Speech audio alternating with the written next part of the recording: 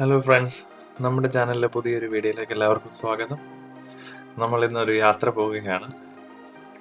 UK കേംബ്രിഡ്ജിൽ നിന്നും ഓസ്ട്രിയയിലെ Salzburg എന്ന് പറയുന്ന സ്ഥലത്തേക്ക്. നമ്മൾ യാത്ര ആരംഭിക്കുന്നത് ലണ്ടൻ സ്റ്റാൻസ്റ്റഡ് എയർപോർട്ടിൽ നിന്നാണ്. നിങ്ങൾക്ക് കാണാൻ വളരെ ക്രൗഡഡ് ആയിട്ടുള്ളൊരു എയർപോർട്ടാണ്. എയർപോർട്ടിലെ വെയിറ്റിംഗ് ഏരിയയാണ് നിങ്ങൾ കണ്ടുകൊണ്ടിരിക്കുന്നത്. എത്രമാത്രം ക്രൗഡഡ് ആണെന്ന് നിങ്ങൾക്കിത് കാണുമ്പോൾ മനസ്സിലാകും. ഞങ്ങളിന്ന് കുറച്ച് നേരത്തെ വന്നതിനാൽ ഞങ്ങളുടെ സെക്യൂരിറ്റി ചെക്കൊക്കെ കഴിഞ്ഞ് ബോർഡിങ്ങിന് വേണ്ടി ഞങ്ങളിങ്ങനെ വെയിറ്റ് ചെയ്യായിരുന്നു. അപ്പോൾ അവിടെ ഇരുന്ന് ബോറടിച്ച് ഇതിക്കുട്ടനുമായിട്ട് ഒന്ന് നടക്കാമെന്ന് വിചാരിച്ച് ഇറങ്ങിയതാണ്. ഞങ്ങൾ ഇതിക്കുട്ടന് നടക്കുന്നത് ഒരുപാട് ഇഷ്ടമാണ്. അപ്പോൾ അവനവിടെ കുറച്ചധികം ഏറിയ കണ്ടതിലുള്ള സന്തോഷത്തിലാണ് നടക്കുവാൻ വേണ്ടി. അങ്ങനെ ഞങ്ങൾ നടന്നുകൊണ്ടിരിക്കുമ്പോഴാണ് ഞങ്ങളുടെ ബോർഡിംഗ് കോൾ വന്നു. അങ്ങനെ ഞങ്ങൾ ബോർഡിംഗ് ചെയ്യാൻ വേണ്ടി ഞങ്ങളുടെ ഗേറ്റിലേക്ക് പോവുകയാണ്. അങ്ങനെ ഞങ്ങളുടെ ബോർഡിംഗ് ഒക്കെ കഴിഞ്ഞ് ഞങ്ങൾ ഫ്ലൈറ്റിൽ കയറി. ഞങ്ങളുടെ സീറ്റ് ഏറ്റവും ലാസ്റ്റ് റോയിലാണ്. റയാനെയറിനാണ് ഞങ്ങൾ സ്റ്റാൻസ്റ്റഡിൽ നിന്ന് സാൽസ്ബർഗിലേക്ക് പോകുന്നത്. ഈ സ്റ്റാൻസ്റ്റഡ് എയർപോർട്ടിൽ നിന്ന് യൂറോപ്പിൻ്റെ പല ഭാഗത്തേക്ക് റയാനെയറിൻ്റെ ഒരുപാട് ഫ്ലൈറ്റുകൾ ഇവിടെ നിന്ന് ഉണ്ട്. നിങ്ങൾക്ക് കാണുമ്പോൾ സാധിക്കും, ഈ എയർപോർട്ടിൽ നിറയെ റയാനെയറിൻ്റെ ഫ്ലൈറ്റുകളാണ്. അങ്ങനെ ഞങ്ങളുടെ ഫ്ലൈറ്റ് റൺവേയിലേക്ക് നീങ്ങുകയാണ്. ഇന്ന് അത്യാവശ്യം നല്ലൊരു ക്ലിയർ സ്കൈ ആയതുകൊണ്ട് ടേക്ക് ഓഫിൻ്റെ നല്ല മനോഹരമായ ദൃശ്യങ്ങൾ കിട്ടുമെന്ന് പ്രതീക്ഷിക്കുന്നു. വളരെ ക്രൗഡഡ് ആയൊരു എയർപോർട്ട് ആയതുകൊണ്ട് തന്നെ ഇവിടെ നിന്ന് ഓരോ മിനിറ്റിലും വളരെയധികം ഫ്ലൈറ്റുകളാണ് ഡിപ്പാർച്ചർ ചെയ്യുകയും ലാൻഡ് ചെയ്യുകയൊക്കെ ചെയ്യുന്നത്. നമുക്ക് മുമ്പിൽ കാണാം, റയാനെയറിൻ്റെ ഫ്ലൈറ്റുകൾ മുമ്പോട്ട് പോകുന്നു. അതുപോലെ ബസ് എയർ ഉണ്ട്. നമ്മുടെ മുമ്പിൽ ഒരു ഭീമാകാരനായ ഒരു ചൈനീസ് കാർഗോ ഫ്ലൈറ്റും പോകുന്നു. ആ ചൈനീസ് ഫ്ലൈറ്റ് അങ്ങനെ ടേക്ക് ഓഫ് ചെയ്തിരിക്കുന്നു. ഇത് കാണുമ്പോൾ നമുക്ക് മനസ്സിലാവും, ഓരോ ഫ്ലൈറ്റ് ടേക്ക് ഓഫ് ചെയ്ത് ഏതാനും നിമിഷങ്ങൾക്കകം തന്നെ അടുത്ത ഫ്ലൈറ്റും ടേക്ക് ഓഫ് ചെയ്യാൻ പോവുകയാണ്. അങ്ങനെ നമ്മൾ ലണ്ടൻ സ്റ്റാൻസ്റ്റഡ് എയർപോർട്ടിനോട് വിട പറഞ്ഞുകൊണ്ട് ഓസ്ട്രിയയിലെ സാൽസ്ബർഗ് എയർപോർട്ട് ലക്ഷ്യമാക്കിക്കൊണ്ട് പറന്നുയരുകയാണ്. അത്യാവശ്യം നല്ല ക്ലിയർ വ്യൂ കിട്ടുന്നുണ്ട്. ബസ് സ്റ്റാൻഡിൽ ബസ്സൊക്കെ അടുക്കിയിട്ടേക്കുന്ന പോലെ പല ഫ്ലൈറ്റുകളും അവിടെ അടുക്കിയിട്ടേക്കുന്ന നമുക്ക് കാണാൻ സാധിക്കും. ഈ ഏരിയൽ വ്യൂ കാണുമ്പോൾ നമുക്ക് മനസ്സിലാകും UK ലാൻഡിൻ്റെ ഒരു സ്ട്രക്ചർ, അവരെങ്ങനെയാണത് യൂട്ടിലൈസ് ചെയ്തിരിക്കുന്നത്. വീടുകളെല്ലാം ഒരിടത്തും ബാക്കി ഭാഗം കൃഷിയും മറ്റുമായി അവർ ക്രമീകരിച്ചിരിക്കുന്നു. എന്നാൽ കൃഷിയില്ലാത്ത ബാക്കിയുള്ള പ്ലെയിൻ ലാൻഡുകളും അവർ വളരെ കൃത്യമായി പുല്ലൊക്കെ വെട്ടി മെയിൻറ്റെയിൻ ചെയ്തിരിക്കുന്നതുകൊണ്ടാണ് ഈ കാണുമ്പോൾ നമുക്ക് ഇത്രയും മനോഹാരിത തോന്നുന്നത്. അങ്ങനെ നമ്മുടെ ഫ്ലൈറ്റ് മേഘങ്ങൾക്കിടയിലേക്ക് പറന്നുയരുകയാണ്. ഏകദേശം 1 മണിക്കൂർ 50 മിനിറ്റാണ് നമ്മളുടെ ഫ്ലൈ ലണ്ടനിൽ നിന്ന് ഓസ്ട്രിയയിലേക്കുള്ളത്. ഇപ്പോൾ സമയം ഏകദേശം ലണ്ടൻ ടൈം 2:20 ആയിട്ടുണ്ട്. സാൽസ്ബർഗിൽ ഒരു 5:10 ആകുമ്പോൾ, അവിടുത്തെ ലോക്കൽ ടൈം 5:10 ആകുമ്പോൾ നമ്മൾ ഫ്ലൈറ്റ് അവിടെ എത്തിച്ചേരും. ലണ്ടനേക്കാട്ടിൽ 1 മണിക്കൂർ പുറമോട്ടാണ് സാൽസ്ബർഗിലെ ടൈമിംഗ്. അങ്ങനെ 1 hour 50 minutes കൊണ്ട് തന്നെ നമ്മുടെ ഫ്ലൈറ്റ് ഏകദേശം ലാൻഡിങ്ങിന് എത്താറായി കഴിഞ്ഞിരിക്കുന്നു. നമ്മൾ മുമ്പേ കണ്ട ലണ്ടനിലെ ഏരിയൽ വ്യൂ പോലെ തന്നെ ഏകദേശം ഒരേപോലെ തന്നെ തോന്നിപ്പിക്കുന്ന വ്യൂ ആണ് നമുക്ക് ഇപ്പോൾ ഓസ്ട്രിയയിലെ കാണാൻ സാധിക്കുന്നത്. അങ്ങനെ നമ്മുടെ ഫ്ലൈറ്റ് ഓസ്ട്രിയയിലെ സാൽസ്ബർഗ് എയർപോർട്ടിലേക്ക് ലാൻഡ് ചെയ്യുകയാണ്. അങ്ങനെ നമ്മൾ സാൽസ്ബർഗിലേക്ക് ലാൻഡ് ചെയ്തപ്പോൾ തന്നെ അതിമനോഹരമായ ആൽപ്സ് മൗണ്ടൻസിൻ്റെ വ്യൂ ആണ് നമുക്ക് കിട്ടിയിരിക്കുന്നത്. ആ എയർപോർട്ടിലെ ബാക്ക്ഗ്രൗണ്ട് നമുക്ക് കാണാൻ സാധിക്കും. എത്ര മനോഹരമായ ഒരു പിക്ചർ ഫ്രെയിമാണ്. ചെറിയൊരു എയർപോർട്ടാണ്, ഫ്ലൈറ്റുകളൊക്കെ നിർത്തിയിട്ടിരിക്കുന്നു. അങ്ങനെ ഞങ്ങൾ ലാൻഡിങ് കഴിഞ്ഞ് ഞങ്ങളുടെ ഫ്ലൈറ്റിൽ നിന്ന് ഇറങ്ങി ഞങ്ങൾ വന്ന റയാനെയറിൻ്റെ ഫ്ലൈറ്റ് ആണ് നിങ്ങൾ ഈ കാണുന്നത്.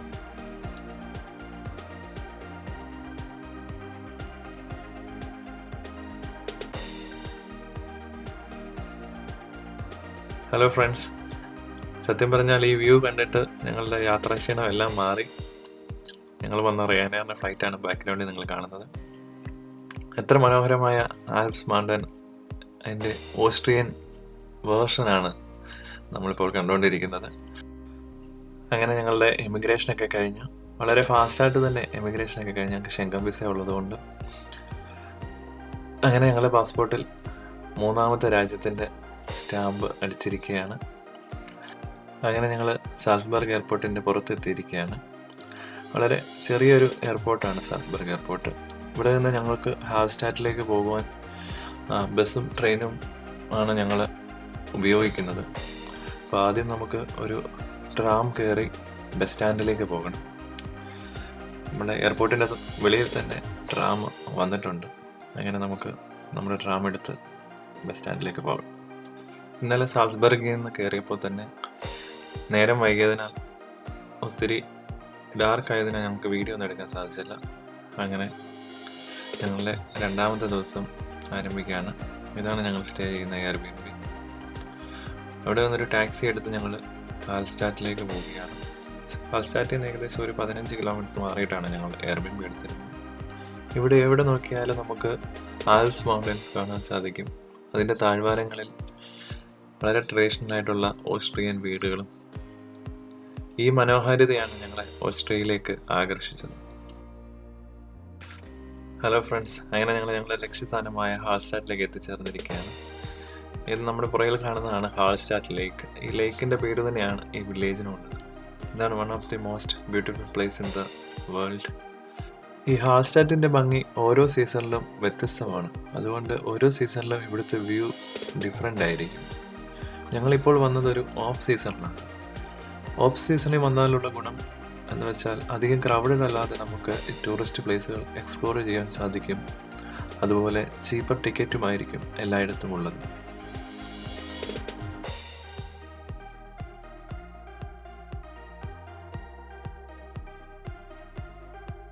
അവിടെ നിന്നുകൊണ്ട് ഹാൾസ്റ്റാറ്റ് ലേക്കിൻ്റെയും സമീപത്തായി തട്ടുതട്ടായുള്ള വീടുകളുടെയും മനോഹരമായ കുറേ ചിത്രങ്ങൾ ക്യാമറയിൽ പകർത്തി ഞങ്ങൾ ടൗണിലൂടെ മുൻപോട്ട് നടക്കാമെന്ന് തീരുമാനിച്ചു. ഈ ഹാൾസ്റ്റാറ്റ് പട്ടണം ചരിത്രത്തിൽ വളരെ പ്രധാനപ്പെട്ടതാണെങ്കിലും ഇവിടെ വളരെ കുറച്ച് ആളുകൾ മാത്രമേ സ്ഥിരമായി താമസിക്കുന്നുള്ളൂ. ഇവിടെ ഏകദേശം 700 മുതൽ 800 വരെ കുടുംബങ്ങളാണ് ഈ ഹാൾസ്റ്റാറ്റ് പട്ടണത്തിൽ താമസമുള്ളത്. ഇപ്പോൾ സമയം ഏകദേശം 8:30 മണി കഴിഞ്ഞിട്ടേ ഉള്ളൂ. കടകളൊക്കെ പതുക്കെ തുറന്നു വരുന്നേ ഉള്ളൂ. ഞങ്ങൾ രാവിലെ ബ്രേക്ക്ഫാസ്റ്റ് കഴിക്കാഞ്ഞതിനാൽ നല്ല വിശപ്പുണ്ടായിരുന്നു.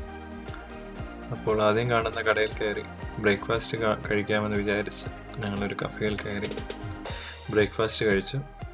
അതിനുശേഷം വീണ്ടും ആ ചെറു പട്ടണത്തിലൂടെയുള്ള ചെറിയ വഴികളിലൂടെയുള്ള നടപ്പ് ഞങ്ങൾ തുടർന്നു. വളരെ ഭംഗിയുള്ള ഓസ്ട്രിയൻ ട്രഡീഷണൽ നിർമ്മിച്ചിട്ടുള്ള വീടുകളാണ് ഇവിടുത്തെ ഏറ്റവും വലിയ ആകർഷണം. ഈ ഹാൾസ്റ്റാറ്റ് പട്ടണത്തിലെ ഹാൾസ്റ്റാറ്റ് ലേക്കിലെ മറ്റൊരു ആകർഷണമാണ് ഈ അരേന. അവരുടെ പ്രസൻസ് ടൂറിസ്റ്റുകൾക്കൊക്കെയും വളരെ ഹരം കൊള്ളിക്കുന്നവയാണ്. ഈ ഹാൾസ്റ്റാറ്റ് പട്ടണത്തിൽ വെച്ചാണ് ഈ അരേനങ്ങൾക്ക് പറക്കുവാൻ കഴിവുണ്ട് എന്നുള്ള കാര്യം എനിക്ക് മനസ്സിലായത്. അതൊക്കെയും കണ്ട് ആ കാഴ്ചകൾ ആസ്വദിച്ച് ഞങ്ങൾ മുമ്പോട്ട് നടപ്പ് തുടർന്നു. അങ്ങനെ ആ ചെറിയ വഴിത്താരകൾ കൂടി മുമ്പോട്ട് പോകുമ്പോഴാണ് ഹാൾസ്റ്റാറ്റ് പട്ടണത്തിൻ്റെ ചിത്രങ്ങളിൽ കാണുന്ന ഐക്കോണിക് ആയിട്ടുള്ള ആ ചർച്ച് ഞങ്ങൾ കണ്ടത്. ചർച്ചിനുള്ളിൽ പുറമേ കാണുന്നതിന് അത്രയും സൗന്ദര്യം ഇല്ലാത്തതിനാൽ ഞങ്ങൾ അവിടെ നിന്ന് ഇറങ്ങി ചർച്ചിൻ്റെ പുറത്തേക്ക് ഇറങ്ങി നോക്കിയപ്പോൾ ഹാൾസ്റ്റാറ്റ് ലേക്കിൻ്റെ വളരെ മനോഹരമായ ഒരു വ്യൂ കണ്ടു. അങ്ങനെ അവിടെ നിന്നും കുറച്ചധികം ചിത്രങ്ങളൊക്കെ എടുത്ത് ഞങ്ങളുടെ യാത്ര മുമ്പോട്ട് തുടർന്നു.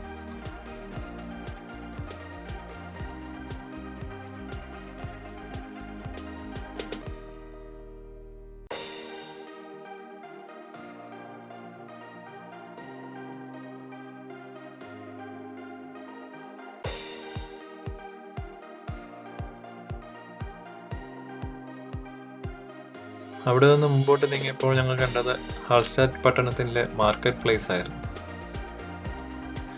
ഈ വീടുകളുടെയൊക്കെയും വരാന്തയിൽ പൂക്കൾ നിറഞ്ഞ് വളരെ ഭംഗിയുള്ള പിക്ചേഴ്സ് ഞാൻ ഇൻസ്റ്റഗ്രാമിൽ കണ്ടിട്ടുണ്ട്. പക്ഷെ ഞങ്ങൾ വന്ന ഈ സീസണിൽ അധികം പൂക്കളൊന്നും ആകാത്തതിനാൽ അത്രയ്ക്ക് ഭംഗി ഉണ്ടായിരുന്നില്ല.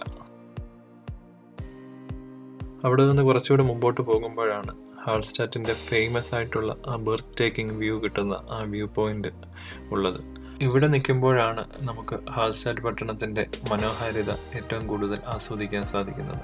നമ്മൾ മുമ്പേ പോയ ചർച്ച് ഒക്കെ നമുക്ക് ഇവിടെ നിന്ന് കാണുവാൻ സാധിക്കും.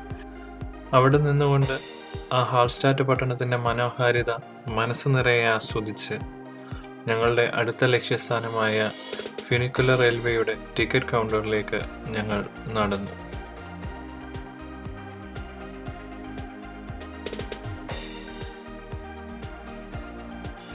ഈ ഹാൾസ്റ്റാറ്റ് എന്ന ചെറുപട്ടണത്തെ ലോക ചരിത്രത്തിൻ്റെ ഭാഗമാക്കുന്ന സോൾട്ട് മൈനിലേക്കുള്ള പ്രധാന യാത്രാമാർഗമാണ് ഈ ഫ്യൂനിക്കുലർ റെയിൽവേ.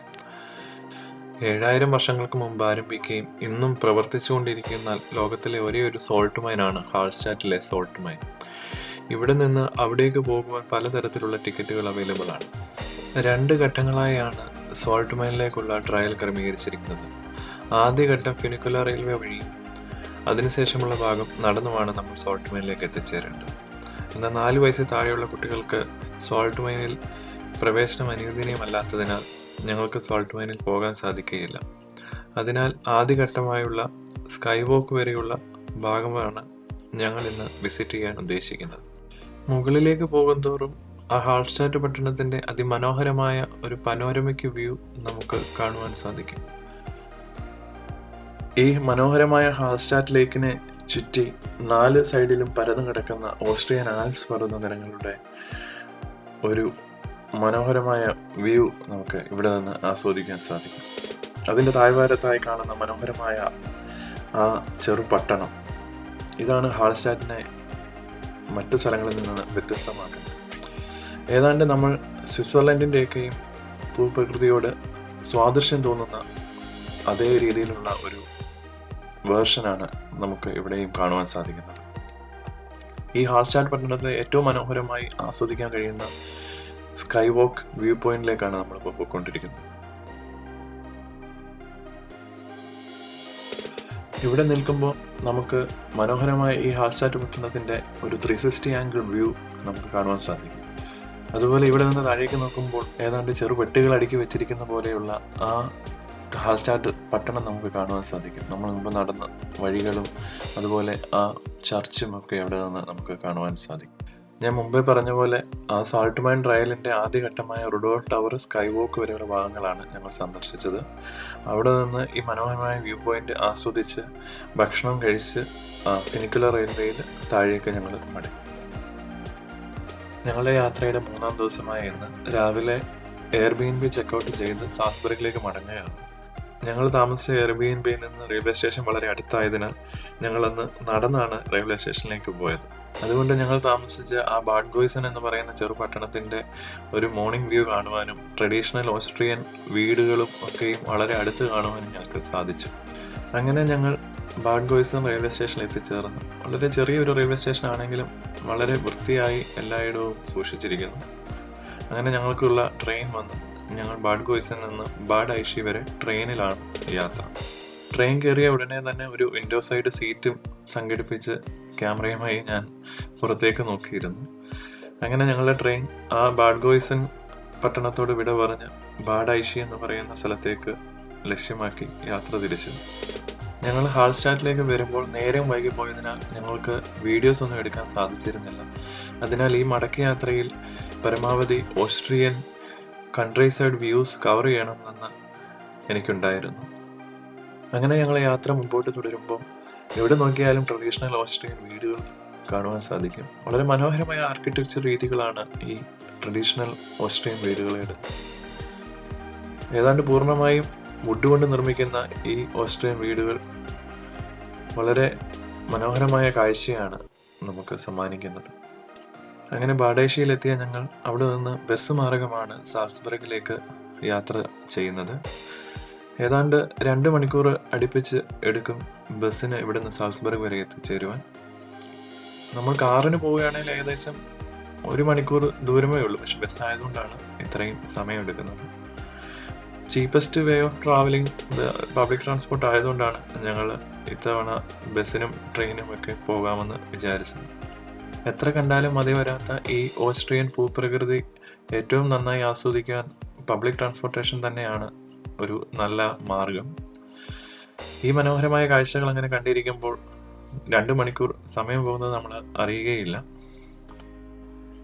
അങ്ങനെ ഏതാണ്ട് 2 മണിക്കൂറോളം എടുത്ത യാത്രയ്ക്ക് ശേഷം ഞങ്ങൾ സാൽസ്ബർഗിൽ എത്തിച്ചേർന്നു.